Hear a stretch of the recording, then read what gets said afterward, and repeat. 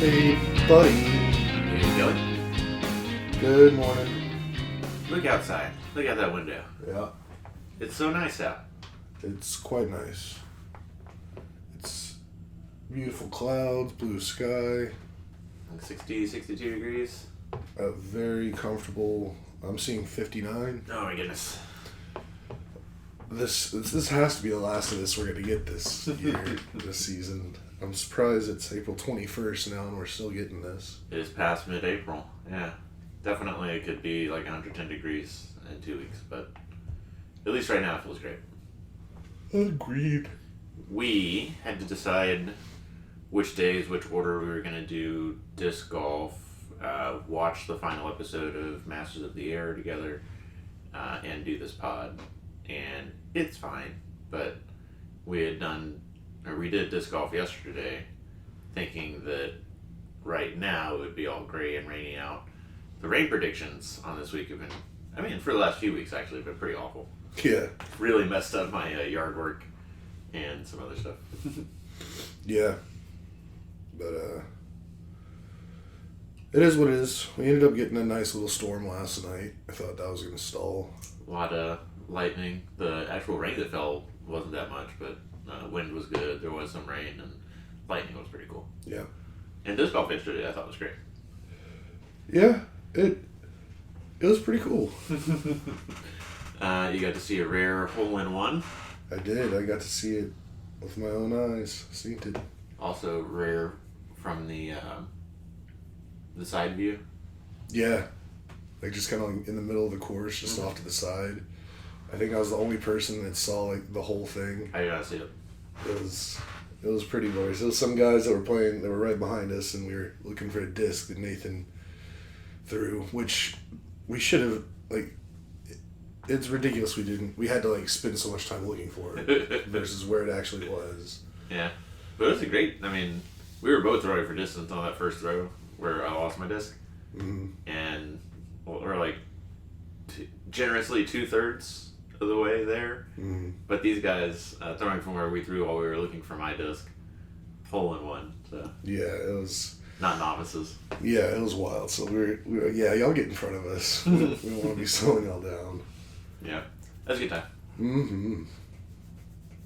You kicked off a draft game with the league. I did. Tony already provided his responses. I suspect others will throughout the week, but I think that's a good idea. I like the idea of us coming up with a schedule or a calendar of events where we stay in front of the league at least once a month. Yeah. Yeah. I felt good about the idea. Mm-hmm. Pretty proud of it. Very much looking forward to the draft spectacular. Oh man, it's 5 days away now. No, not even. 4 days. Yep, 4 days. I got Ash taking Friday off so we can watch all of that and be silly, but then also Friday I'm going to take her some places and just have a little vacation day. Mm. But yeah, very much looking forward to, we learned some news about who's going to be co-hosting. Yeah, we absolutely did. Apparently, Bill Belichick is going to be co-hosting the Draft Spectacular with Pat McAfee and the boys, which is pretty weird. I still can't believe it. It seems so off-brand. It really does, and I wonder how much. Like, I have all the faith in the world. Pat knows what he's doing, what the boys are doing, and it's going to be a great show. But to me, I almost feel like it won't be as wide open as it could be if Bill's there. That's the thing. It's like maybe we're going to see like a wholly unpredicted, unexpected side of Bill Belichick. Which, if that's what happens, I am here for it. Mm-hmm. So... Like maybe he's like Ty doing characters and stuff. Like that'd be just off the wall. Maybe he'll have a Billy Bill segment. If they have like Red Panda or the equivalent, and he's just like losing his goddamn mind. Oh, I haven't thought about the draft in a few days now, and now I'm getting so excited for it. I was getting excited for it, and then McAfee was like gonna be live on whatever, and then Ash was saying like, well, if he's gonna be like live doing that, or he's gonna be live at the show, how is it gonna be like it was the last 2 years, and then I got all down, and I was like, man, it's not going to be like that. But it seems like it's going to be like that. Yeah. I have complete faith in them that it's going to be a heckin' good time. A heckin' good time. New Taylor Swift album dropped. Yep. And we talked in the past about Ashley has a client named Annie who is just a ray of sunshine. Love it when Ash is training her, because from the garage I can hear she has a big laugh, and I hear her and Ash laughing back and forth all the time. So like every time she comes over, it's just brings a little joy to the house. Mm-hmm. Huge Taylor Swift fan, like to maybe silly levels, but a huge fan. And that's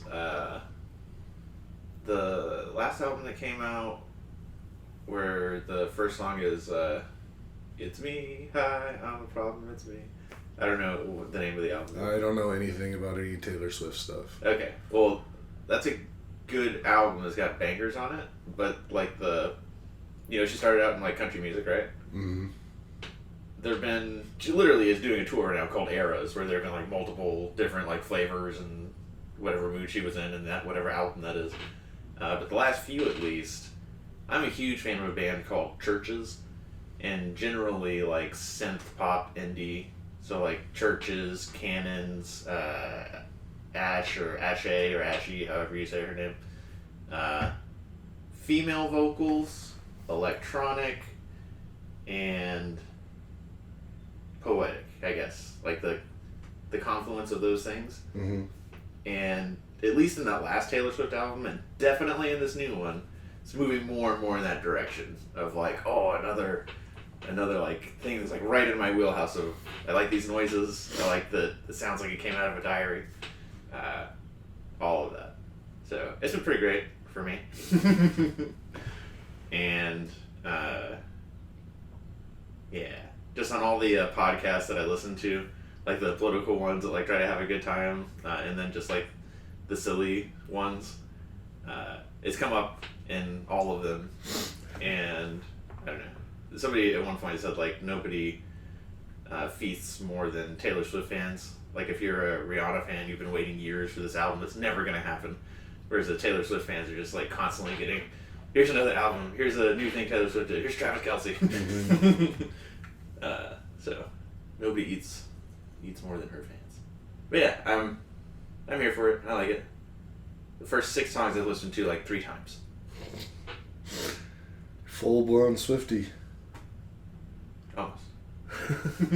For this album and this era or iteration of Taylor, definitely. Taylor Swift, definitely. Yeah. I mean, I won't lie, I have listened to 2 songs from the new album, but solely because I learned that they were about Travis Kelce. People have speculated that. They 1000% are. Like what she says in the songs, like she talks about football and stuff, specific things that have happened in their relationship so far that are public. Well, just talking about football, she's talking about football in previous albums, Kelly. No, it's different. Okay, alright, okay. And she was like, in one of the songs, it was like, basically, we're like, yeah, you just won the Super Bowl, but instead of going to the trophy, you came to me. Okay, did she say the word Super Bowl then?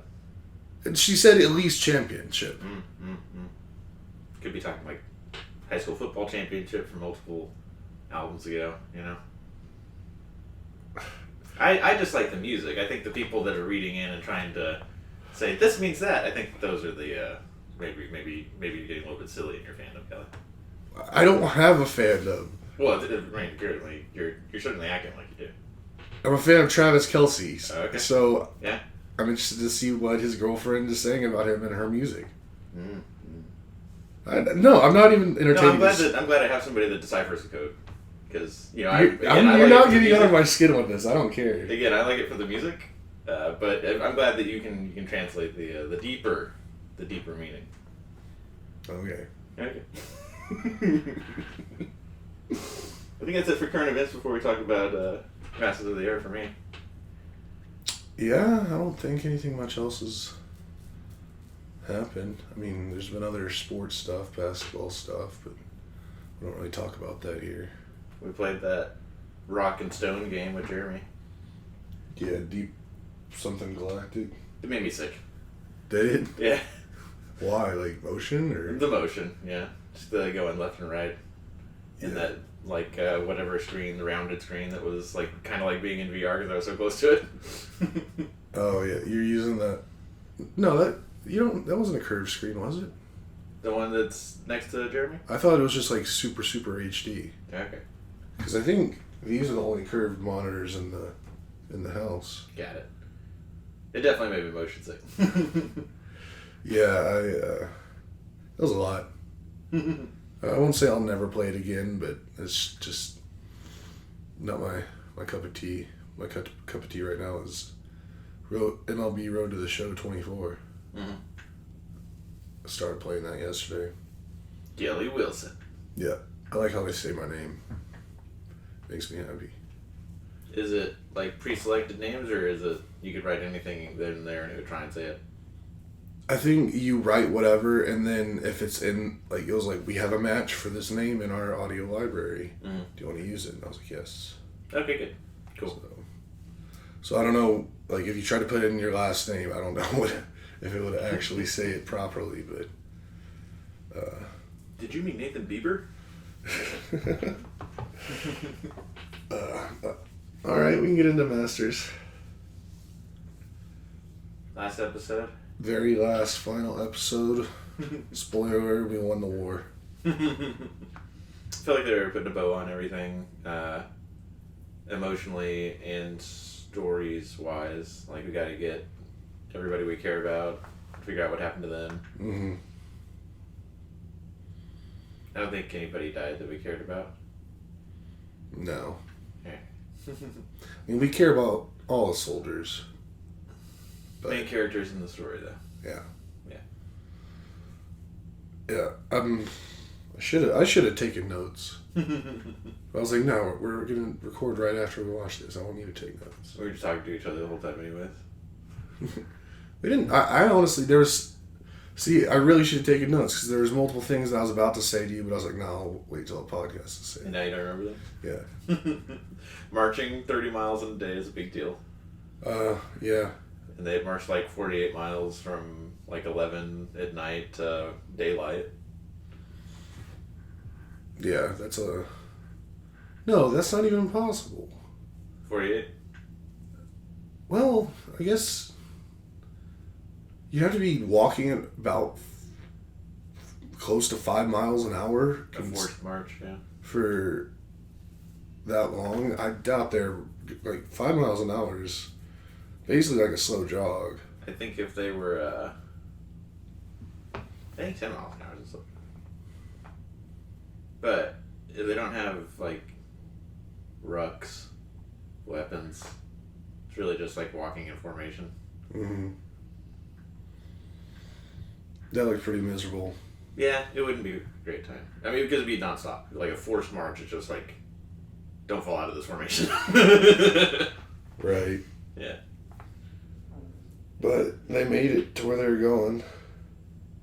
Yeah, that was cool. Definitely, for as many planes we've seen shot down and drums bombed and bombs dropped and all that. The cold and starvation. Like, if you want to kill all those people in that camp, just, like, expose them to the elements and don't feed them. Mm-hmm. You don't have to use a single bullet. Or, like, take them on a forced march that just doesn't end. And definitely, you think about, like, how people die in wars. Like, it's almost always not the bullets and the directly me trying to kill you as much as the disease and starvation and elements. And a lot of that happening at the the end of a war. Yeah. Where, like, everybody getting enough calories is not what's happening. Right. Yeah. Yeah. So there was POW's thing. There was Rosie's mission where he had to bail out right and like at the German-Russian like line where they're like fighting and Yeah, he was just thinking, let me get past Berlin and not get these guys, like, dropped in a city we just bombed. right. But then, like, not very far past Berlin, the Germans like holding off the Russians' advance. Mm-hmm. And some distance between those two things, like the German line and the Russians pushing, is like where the actual rounds are falling and people are shooting each other. Right. And that's where Rosie landed. So that was... I didn't think he was going to make it out of that, but he did. Mm. The Russians believed he was an American. Russians looked like they were pretty, not playing games with the Germans. Yeah. Germans surrendering and them just shooting them anyway. And There's a lot to that. Do you know about like Operation Barbarossa and the Germans invading Russia and all that? not a ton. Hitler told the German army and the German people, like, we're going to Russia for Lebensraum, for living room, but this is also not just like the wars of the past where it's like German, or it's my royal army versus your royal army, and whoever's better will come to terms, etc. That this is like an ideological warfare to the death of Nazism versus communism, and that communists they don't play by normal rules. That's a totally degenerate. That whole communism itself needs to be wiped out. So civilians, but commissars and like not just the soldiers are the bad guys, but like the political infrastructure is the bad guys. It all needs to be brought down. It led to like atrocity after atrocity. It's like just a matter of fighting. Where like no POWs, like that was a big deal for the Germans, like going into Russia, where like they kept American POWs, but you weren't going to be a Russian POW because communism needs to be wiped out. Mm-hmm. So then when the Germans go as far as they can, and then maybe they shouldn't have done that in the first place because they still had stuff going on the Western Front, and then they start to get pushed back, they get all of that back. We're like, there are no German POWs, and once the Russians get into Germany, they're doing all kinds of atrocities to the just Bavaria and the German villages that the Germans did to the Russian villages on their way in. Mm-hmm. So yeah, it was nothing like the Western Front. It was a mess because it got so ideological. Right. I don't know. I thought Rosie's little adventure there was pretty interesting. Gets with the Russians. The Russians are gonna take him to Moscow, and then he's gonna get a plane to try to get back to England. But on the way, they drive through a concentration camp in Poland, I think. Mm-hmm. And he gets out, and him being like a Jewish American, walking around seeing all the burned bodies and just all the dead people in the concentration camp, that hit pretty hard. Yeah, they were etching their prayers on the walls, Mm-hmm. and Hebrew is not like Latin characters, so you don't know what it is, but the little translation comes in at the bottom. Mm-hmm. Like the judge of men will be the judge in the end, something like that. Yeah. Yeah, which I think is one of the things I like about Judaism is that like one of the rites of passage is like everybody has to know how to read Hebrew. Mm-hmm. So I think that that's something that anybody who looked at it like would have known what that meant, what that said. Right. Yeah. And I was like, how's he gonna know? But like, oh yeah, Rosie's Jewish. Rosie is our Jew from the Bronx. And then I also thought it was really interesting that once he got to Moscow, to get back to England, he had to fly down from Moscow to like Iran. Tehran. Yeah. And then somewhere else in the Middle East, and then like up through Greece, and then I guess at that point Italy was, that was well under control, so he went back up through Italy, then to like Spain, and then back to England. Mm-hmm. Or maybe Paris. I think it's France, yeah. That's just like a really long way to get. Just avoiding the like Swiss Alps, and because if you're gonna go south of that, you're not gonna go north of that because of. I guess. Let's see a map. If you don't want to fly over the Alps, anything north of that is gonna be like Germany. Well, I thought Moscow was north of the Alps. It's north, but it's also very far east. So I guess. Because from Moscow, you can't go west without getting into German stuff. They could have gone through Scandinavia. Yeah, I mean, that seems. Moscow, Finland, Sweden, Norway.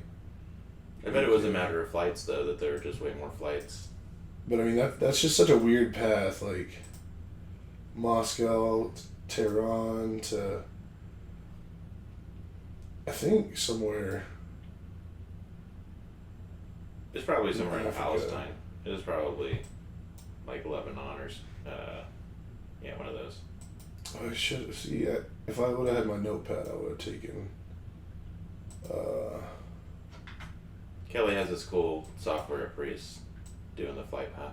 That's Google Maps. It's not cool. No, software. it's super cool. No, it's not.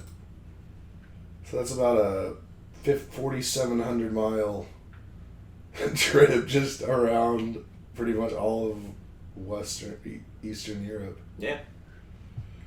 But yeah, that was really interesting to me. But he made it. Yeah. I was thinking, like, this guy's so far away, like, because this is my complaint about Game of Thrones and that monster show, Monarch, where it's like, these distances are vast, guys. But also, at that time, like, if there's just fights going every single day, probably just getting from Moscow to Tehran was the longest one, and then after that, there's like a constant flow of flights, and then it's Europe. It's not that big. So getting from like the Middle East, like once you're in Greece, you're basically in Britain. Right. Yeah. So that part was cool. Then I guess the liberation of the camp.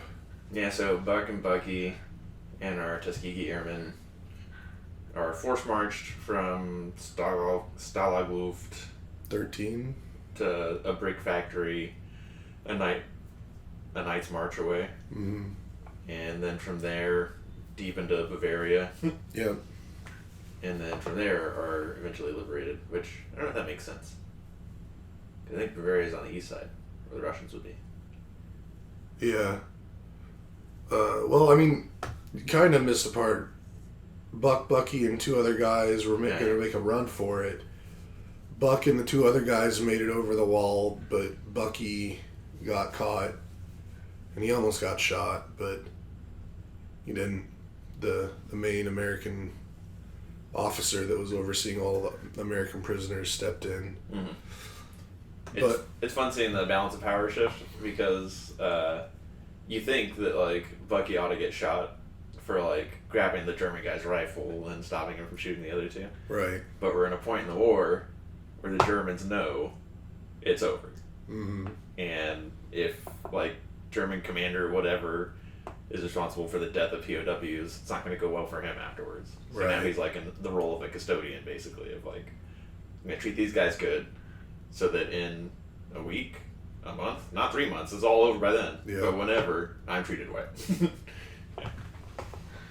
Another one of the little details about this being the end of the war is those three escape into the woods, and one of them is like promptly, like two of them fall asleep, one of them is pissing on a tree, and that one is killed by Hitler Youth or these kids. This came up in another part where the like German forces were advancing towards the line, and the prisoners had to get off the road, and it's all old men and children. Yeah. And that's the whole total war, existential, give them sticks and send them to the front of like whatever is left, whatever we have. Yeah, even like that German officer, like the one that was with the POWs, when he saw the old men and children walking by, he was like, it's over. All is lost. Yeah. So, but yeah, then just these young kids just trying to take Buck and his two buddies out. They get the one, but then Buck and the other guy wake up and they just manhandle these children. And I mean, they let them go, even though one of them killed their buddy. But at that point, I don't know what's the point anymore. Yeah. And then they continue to run away, but that was another one of those ethical whatevers, because you letting them go, you assume that they're going to tell more folks there's Americans in the forest. Mm-hmm. Yeah. One of the things that so Bucky, they get back to at different times. They get back to the air base or whatever. Mm-hmm. Everybody's happy. End of the war is announced, and there's all the cheer, and let's get drunk and shooting flares into the air, and there's the good feelings of like unconditional surrender is unconditional surrender. Like it's over. Right. And we haven't had one of those in a long time. Korean War, like South Korea gets to remain a thing. There's a line in the sand.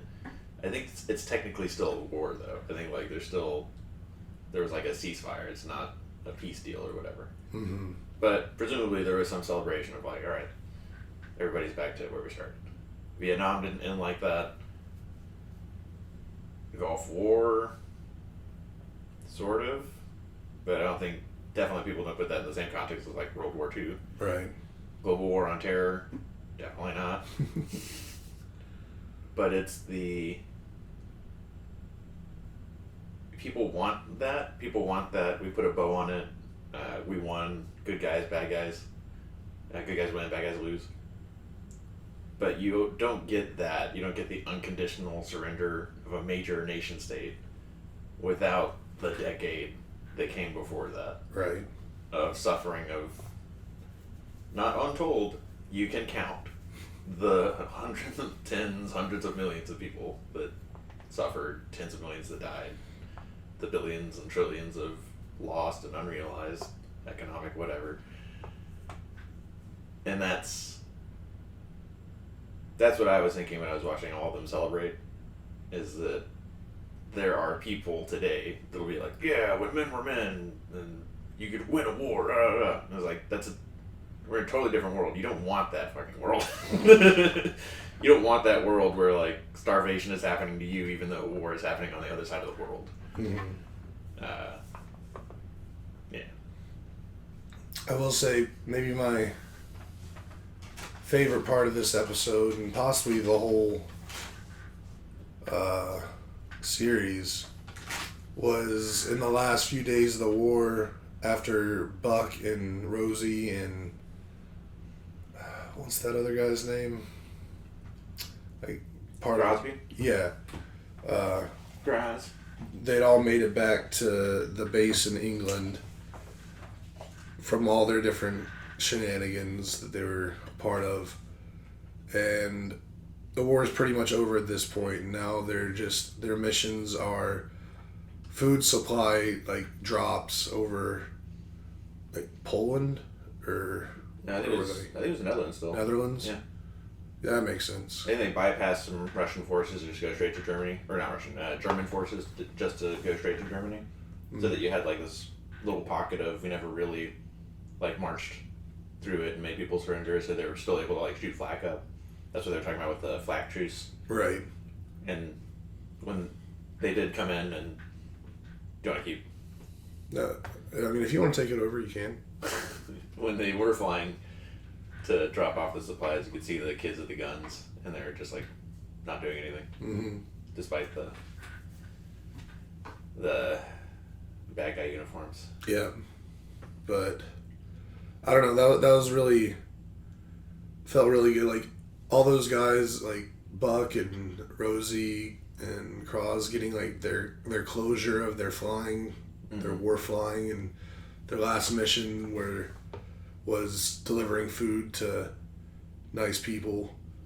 And they're flying in low over the Netherlands, and you can see the windmills and all the flowers and stuff, and there's all the civilians down there like greeting them and like waving at them and running to collect all the stuff they dropped. And then they're flying over another flower field, and it's like mini Thanksyanks like cut into the flowers by the civilians. It's like, that's a good last mission to have for the war. Yeah. No more death and destruction, bringing life to people. And then, oh yeah, I just remembered the main thing I wanted to write down, but I didn't have anything to write down with. That time of the war is a real good time to be like a pilot, because when it's time to go home, you get to fly your airplane back. You don't have to go get on a ship and sit for a couple weeks in the Atlantic Ocean waiting to get home. Like, you'll be there much quicker. Yeah. So I was just like smiling thinking about those guys. Like, yeah, that's pretty sweet. They're gonna be home in like 2 days versus 12 probably. Yeah, the folks would have to drive the jeeps onto the ships to take them back. And that was another thing I was thinking, like, how much like did we leave over there in terms of equipment and stuff? Because I mean, I guess I never really thought about like it. Of course, they're gonna bring the airplanes back, but I just never really thought about that process of like just the logistical part of just like, all right, pack it up. And then they had that one scene where a whole bunch of the B-17s are flying over England, and people are like looking up and waving goodbye, and the little kids are like, "Thank you." And I was just thinking, like, man, those Brits must have loved us then. Yeah, must have been real thankful. So we basically like saved the world. And then left. Because my dad would always point this out. Like, what sets the U.S. apart is, like, from that moment, we could have left those bombers in England, and we could have taken all of our mobilized and trained forces and taken out the communists in Russia who, yeah, we're glad that they helped us defeat Hitler, but they're still communists. We know that the next war is going to be like something to do with the communists, and we didn't use our nukes on them, and we didn't just take this army that we had and roll over the rest of it. We're like, we're not here to take land, we're not here to spread empire. Like, we beat the bad guys, we're going home. Yeah. So that's really cool. And then what was I gonna say? I was also wondering what they would leave behind, because now everything is so, like, you don't want to leave anything behind because technology can be reverse engineered, and you don't want to, you can leave structures and stuff, but you don't want to leave information for just counterintelligence purposes. But then you also don't want to leave like any of your like actual equipment, so it can't be reverse engineered and somebody figure out how to defeat whatever you're doing or using, whether it's your allies or now your allies have custody, somebody takes it from them. So definitely from an intelligence perspective, I bet they like burned and didn't leave like any files or anything behind. Well, it did show like them in that command center packing up all the maps and stuff and putting them into tubes, and the guy was like erasing everything off the giant chalkboard. So they're definitely packing all that stuff up and taking it. Didn't show any of this, but certainly somebody in command or in charge must have been thinking like, there is potential, like World War I was 20 years ago.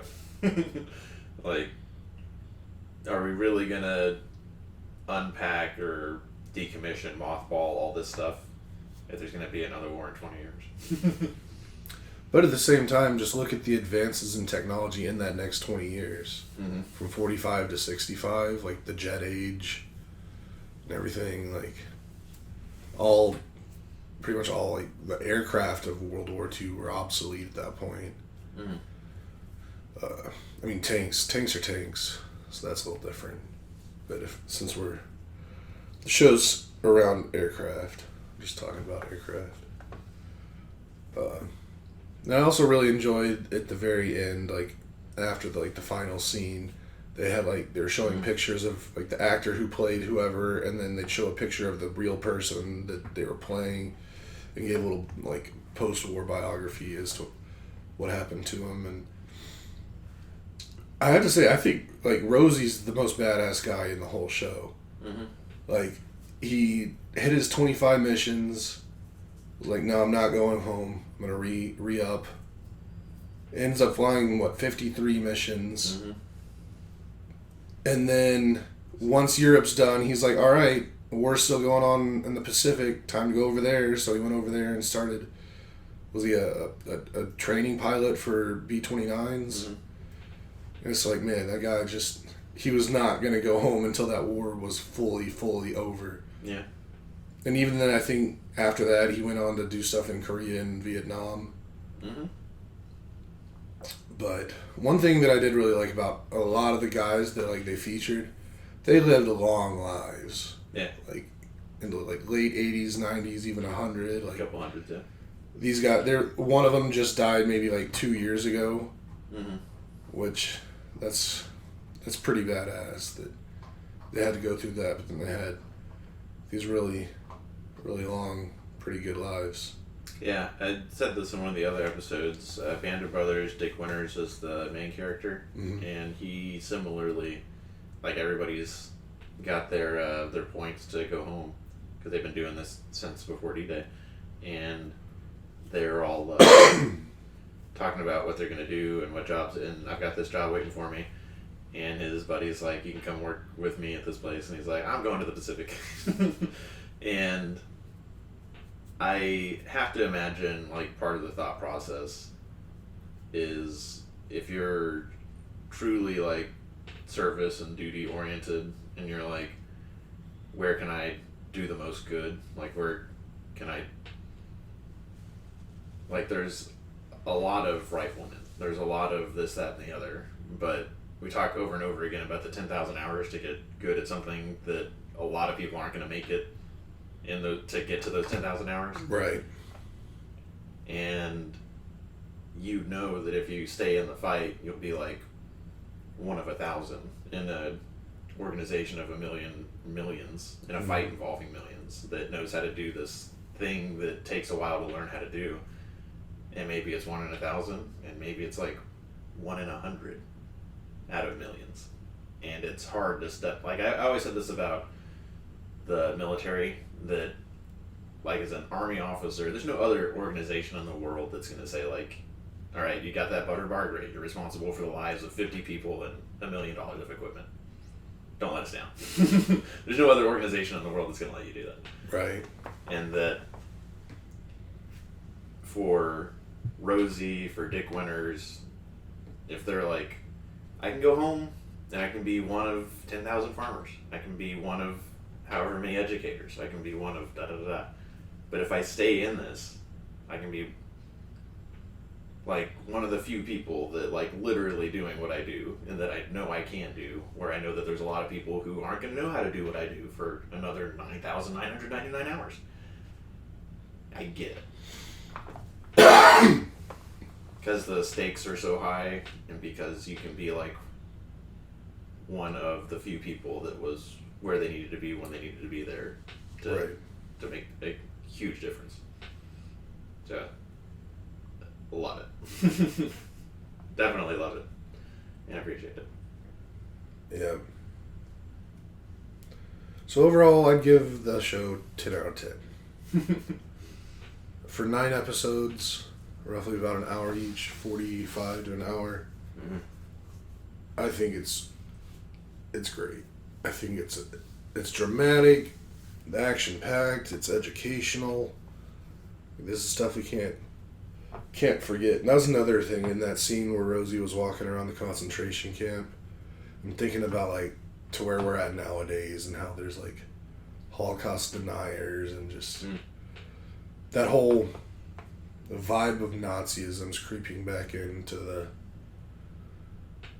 the forefront. It's just disgusting. Mm-hmm.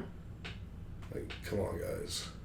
Let's not do this again. We did this. It was bad. It was really bad. Quit being bad people. Yeah. I've been reading The Three Body Problem, and Jared said that after you guys watched the show, you guys learned a little bit about the Chinese Cultural Revolution. Mm-hmm. Similarly, with Nazism, a lot of like pro-communism, and it is like in just the U.S. alone, like Nazis versus communists. Like watching the show and knowing what we know about like how intense and like the ideological, these two cannot coexist. They will like keep going after each other until one of them is destroyed. yeah, I think definitely folks need to get a handle on that. And there is no like redeeming aspect of either of those. Mm-hmm. And that in execution they've been responsible for like horrible things. And yeah, I think that's what is really supposed to be meant when it's said like the older you get, the more conservative you get. Mm-hmm. It's because you don't want to see these lessons be relearned. You don't want to. You wish people would learn instead of having to relearn these things that were learned at such a high, enormous price. Mm-hmm. And not just like in quantity as far as numbers of bodies, but like the monstrosity of it. And that you don't want to know when you don't want to learn and relearn like how awful people can be to people. And you know, heaven help us if we just can't do that.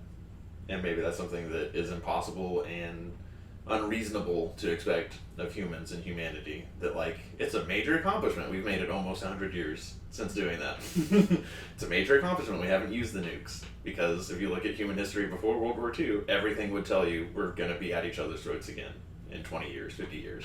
Mm-hmm. And that we've made it this many years. It's not a lot of years because there's people that were born in 45 that are alive right now. But it is a lot of years when you consider it's in the history of humanity, it's impossible to have empires as well armed and everything that we are, and Russia is, and NATO is, and for them not to be taking each other out. And there's advances that have happened that didn't exist before, like we can basically all talk to each other in real time. Mm-hmm. And not just the military and the institutional power, but also like we the people. Like we can talk to Russians and Russians can see us do our thing, and our culture is ubiquitous and all of that. And, you know, maybe economies and globalization are such that we'll never see a global war again. My take on it is that we had all better hope so. And always, always, always the people who think like, you know what, just wipe them out. You know what, let's just get in our trucks and go out there and just fuck them up. You don't want to see war. Like, you don't want to see real war, because like global war on terror that we're used to is like we go over there in armored vehicle versus guy with an AK-47. And real war is like closer to what's happening in Ukraine with Russia, where like you're minding your own business and a drone drops a bomb on you and you never knew it was there. Mm-hmm.